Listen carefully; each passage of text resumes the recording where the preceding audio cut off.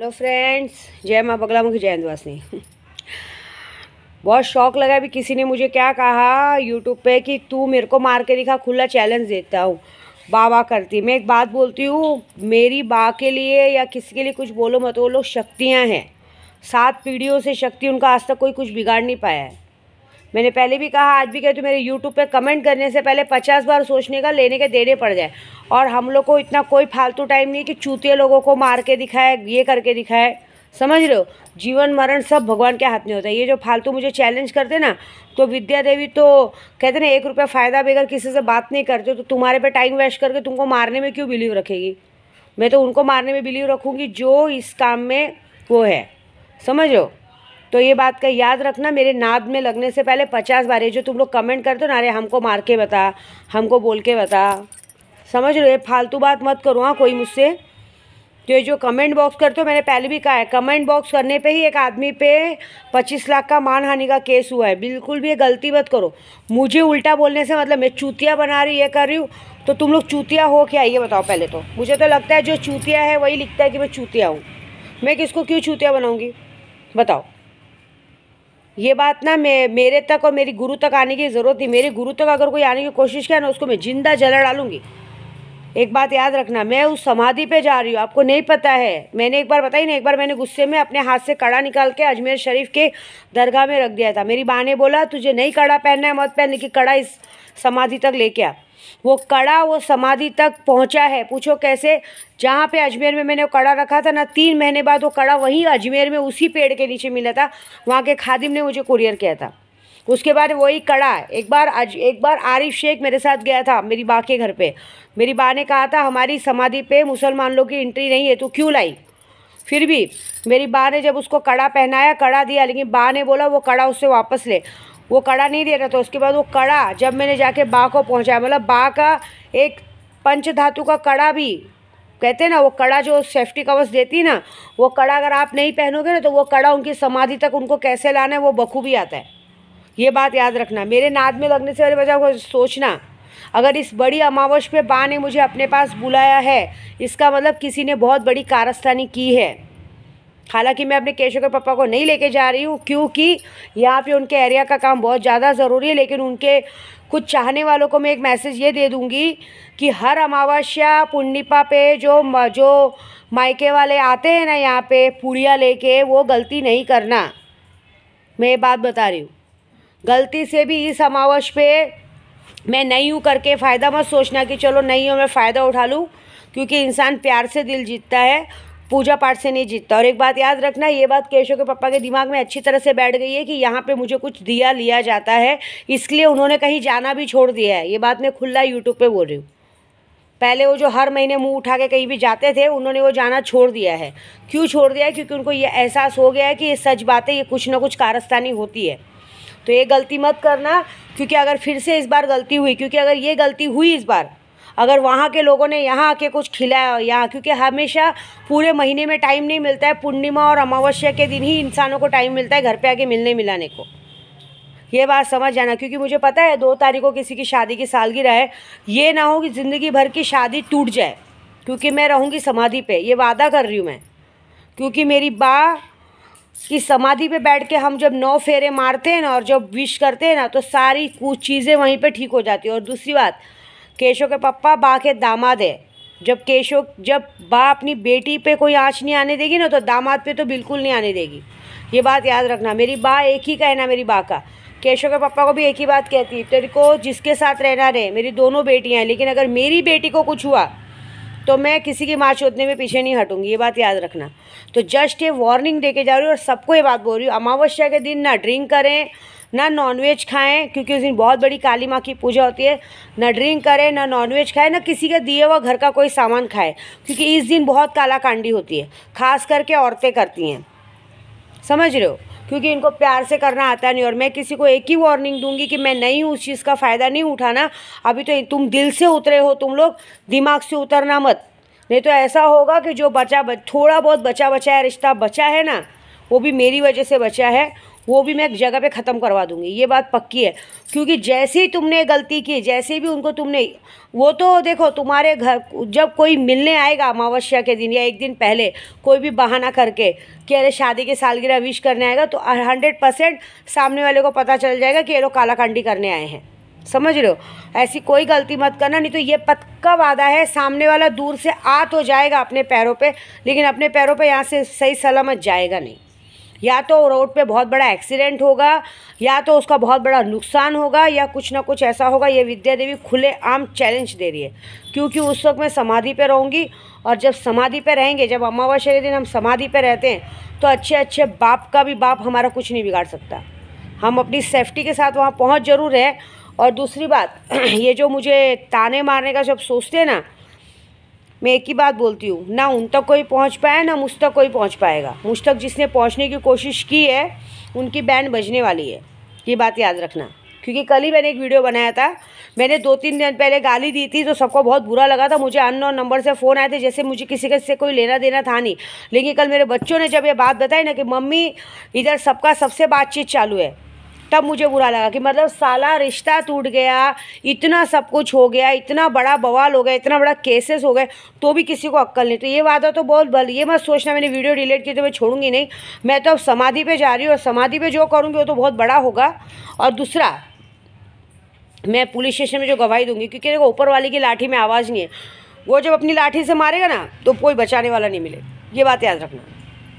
और फिर से एक बार बोलूँगी, मुझसे, मेरे बच्चों से, केशव के पापा से 100 कदम दूर रहना, उसी में सबकी भलाई है, चाहे उनके अपने हो, चाहे बाहर के हो, चाहे कोई भी हो।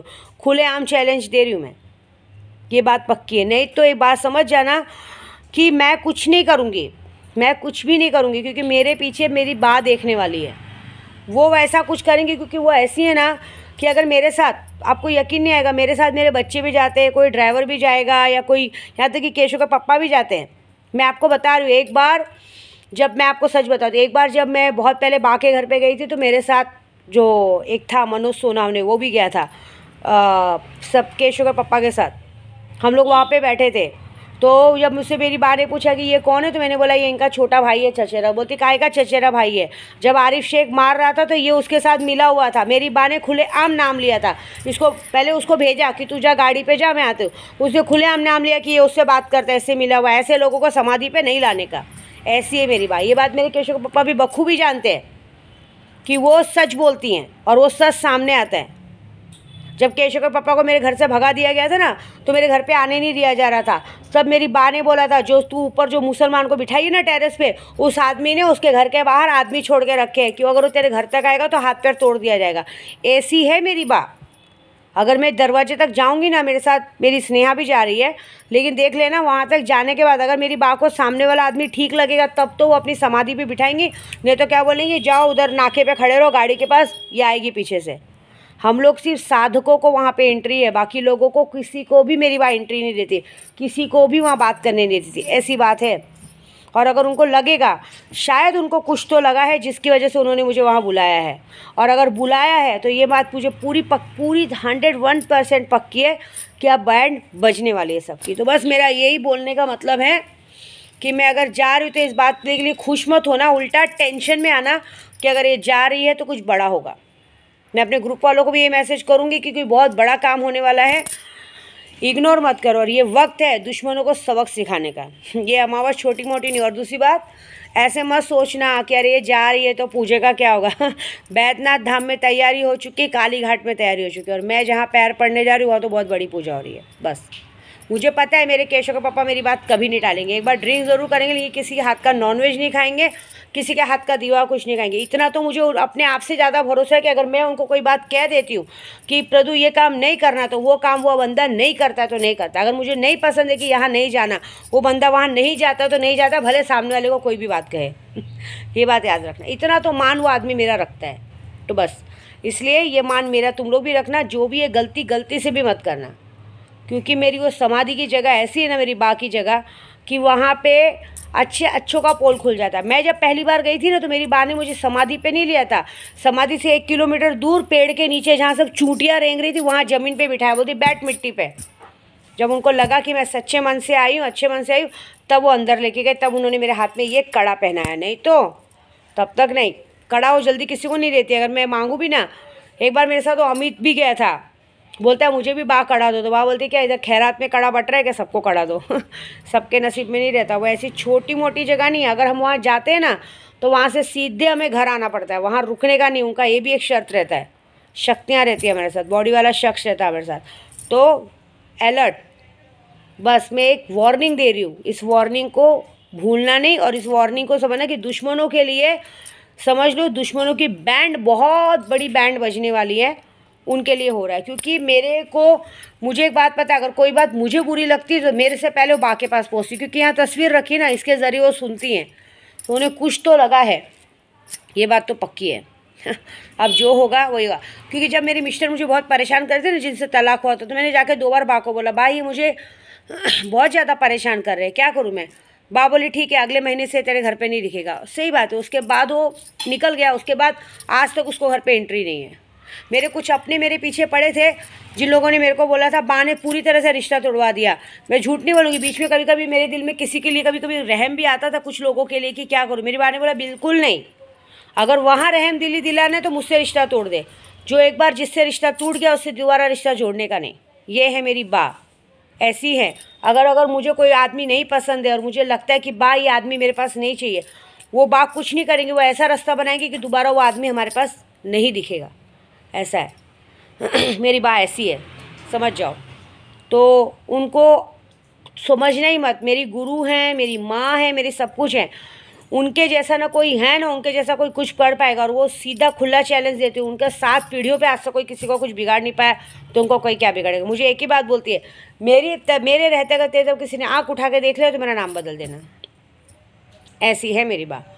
तो बोलने से पहले तोलो मोलो तब बोलो। नहीं तो मेरी माँ मेरे पीछे खड़ी है, जो बैंड बजाने के लिए तैयार है। इसलिए मैं हमेशा बा बा बा करती हूँ। आज मैं रो भी दी थी जब मुझे सुबह पता चला कि मेरी बा को क्या हो गया, लेकिन फिर बाद में दिमाग में क्लिक हुआ कि ज़रूर कुछ बड़ी बात है जो उन्होंने मुझे अपने पास बुला लिया। तो बस जा रही हूँ अपनी माँ के पास।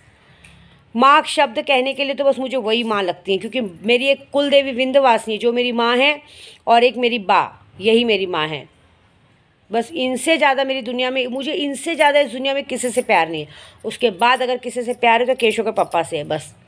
उसके बाद बाकी दुनिया सारी मेरे लिए बेईमानी है, सारे लिए मेरे लिए मिट्टी है। मुझे ना सोने चांदी से प्यार है, ना धन दौलत से प्यार है, किसी से नहीं है, बस इतना है। तो माइंडेड याद रखना, क्योंकि वो जगह ऐसी है ना कि अच्छे अच्छों की पोल खुलती। मैंने देखा है, अगर किसी ने मेरे बारे में गलत सोचा तो दोबारा वो बंदा उस जगह मेरे साथ नहीं जा पाता, और मेरे बॉम्बे पहुंचने तक वो इंसान मेरे से हट जाता है।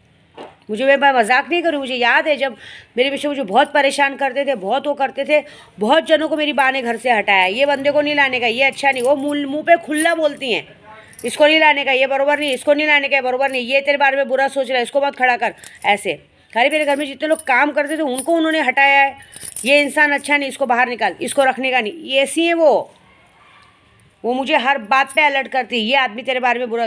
केशव के पप्पा के लिए उन्होंने कहा कि ये एग्जैक्टली अच्छा है। जब मैं सोचती थी ना कि आरिफ ने उसको भगा दिया, वो अच्छा नहीं है, तो मेरे को शंकर भाई ने कहा था नहीं वो आदमी बहुत अच्छा है, वो तुमको बहुत प्यार करता है। अरे भगाने वाला को तो तूने ऊपर बिठाया है, उसको ऊपर बिठाया, उसने आदमी छोड़ के रखे है। अरे तो आप सोचो 20 दिन में किसकी बेल होती है। जिस दिन मेरे केशव के पापा की बेल के लिए बैठने वाले थे ना जज, एक दिन पहले 5,000 के लिए पेपर रोक दिया गया था, और रोकने वाला भी उनका ही दोस्त था। क्या बार बार नाम लेने का उस चूतिए मादर चौथ का। वो भड़वा हमारे से खा के उसकी बेल तक मैंने कराई, भोसड़ी वाले की, वो भी मेरा खा के मेरे ही केशव के पापा के साथ दगा। मतलब यहाँ क्या होता है मालूम है आपको, सब केशव के पापा बनना चाहते हैं, सब सोचते हैं इसको हटाओ हम घुसेंगे इसको। अरे यार कम से कम उसको देखो, उसकी शक्ल देखो, तुम उसके पाई की दूरी भी नहीं हो। हाँ बताओ, अब क्या मैं इतनी गई गुजरी हूँ कि मतलब एक खिलौने के साथ खेलूँगी ना, हाइट देखते ना, साइज़ देखते ना, कुछ देखते, बताओ। अब बुरी लगे क्योंकि चीटिंग की है ना। 5-5 हज़ार के लिए मैमो रोका गया है, मुझे पता है सब बात, तो मैं तो बोलूँगी नहीं कुछ। बस क्या है ना कि ये बातें सब लोग ना क्या करते, जैसे ही देखते ना कि इस घर में अच्छा कुछ मिलने वाला तो सीधा केशव के पापा को हटा के खुद घुसने को देखते हैं। अरे बाबा, वो आदमी की बराबरी करने से पहले तुमको ये अक्ल होना चाहिए कि उस आदमी की बराबरी नहीं करनी। उस आदमी के साथ चल के उस आदमी को हाथ में पकड़ के चलेंगे ना, हर कुछ मिलेगा। उसको भगाने से तुमको कुछ नहीं मिलेगा, उल्टा उसको भगाने जाओगे ना तो विद्या देवी कहाँ भगाएगी, वो तो यूट्यूब, पूरा यूट्यूब जानता है।